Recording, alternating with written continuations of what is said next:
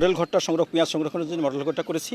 আসলে এটার বেসিক্যালি দুইটা কারণ। একটা হলো যে পেঁয়াজ নষ্ট হয় যে কারণে, সেটা হলো যে অত্যাধিক যখন তাপমাত্রা থাকে, আবার যখন আর্দ্রতা বেশি থাকে, দুইটা কারণেই পেঁয়াজ পচে যায়। তো আমরা যে সিস্টেমটা করছি যে সবসময় ন্যাচারাল বাতাসটা ফ্লো থাকবে, অর্থাৎ মানে এয়ার ফ্লোটা সবসময় থাকবে, এবং যে গরম যখন হবে আমরা 6টা ফ্যানের ব্যবস্থা করেছি। এই ফ্যানের মাধ্যমে ভিতরের গরম বাতাসটা বের হয়ে যাবে। বের হয়ে গেলেই আবার পুনরায় ভিতরে এই ন্যাচারাল বাতাস ঢুকবে, ফলে পেঁয়াজ কোনোভাবেই পচার সুযোগ পাবে না। 2 নম্বর হলো যে ওজনে কমে যায়। এটিও যেহেতু আমরা সরাসরি বাতাস দিচ্ছি না, ন্যাচারাল বাতাস পেঁয়াজের গায়ে লাগতেছে, অতএব ওজনও কমবে না।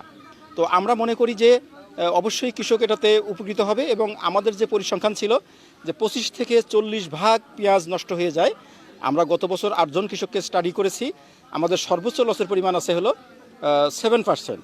তো আমরা টার্গেট করতেছি ইনশাল্লাহ আমরা মিনিমাম লস আমরা 10%-এর মধ্যেই সীমাবদ্ধ রাখতে সক্ষম হবো ইনশাল্লাহ।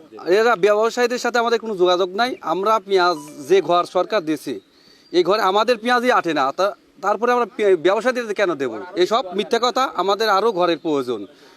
আমি গত বছরও প্রায় 3 ফুট পুর করে পেঁয়াজ রাখিছিলাম। আমার আরও ঘরের দরকার। আর সরকারকে আমার অশেষ ধন্যবাদ, এত সুন্দর মডেল ঘর দিয়েছে, যা বলার আমার বাইরে।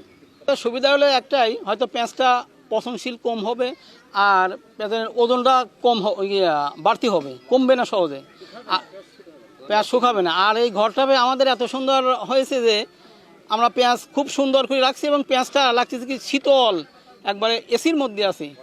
হ্যাঁ, ঘরটা দেখতে খুব সুন্দর। আগে যেভাবে পেঁয়াজ রাখছি আমি, অর্থাৎ জায়গার অভাবে, ওতে পেঁয়াজ আমার অনেকটা নষ্ট হয়ে যেত, প্রায় 50% পেঁয়াজ নষ্ট হয়ে যেত। আর এবার যে পেঁয়াজটা রাখছি, মাঝে মাঝে আমি হয়তো চাঙাটি চেক করতেছি, পেঁয়াজটা খুব সুন্দর আছে এবার। আল্লাহর রহমতে পেঁয়াজের কোনো পচনের কোনো নেই, লক্ষণ নেই।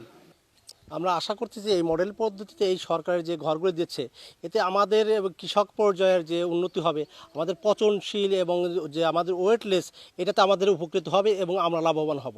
এই আশাতে আমরা এই প্রযুক্তি ব্যবহার করছি, এবং আশা করছি যে আমরা ইনশাল্লাহ আল্লাহ পাক করলে আমরা আগের পদ্ধতি থেকে যে আমরা লস অনেক কম হবে এবং আমাদের পচনশীলও কম হবে, আমরা লাভবান হব ইনশাল্লাহ। 5 দোকানে 10 জন আছে কৃষক কিষানি দিয়ে।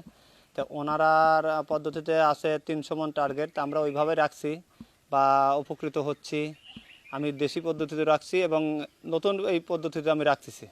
তো দেখি, এর মধ্যে আশা করি যে এই পদ্ধতিতে রাখাতে আমার আশা আছে এখনও, যেভাবে আমি রাখছি যে দেশির চেতেন এইভাবে রাখাটা আমার মনে হয় উপকৃত ভালো হচ্ছে। আমি পেঁয়াজের বাজারটা নিয়ন্ত্রণ হয় ইন্ডিয়ান পেঁয়াজ আসার কারণে।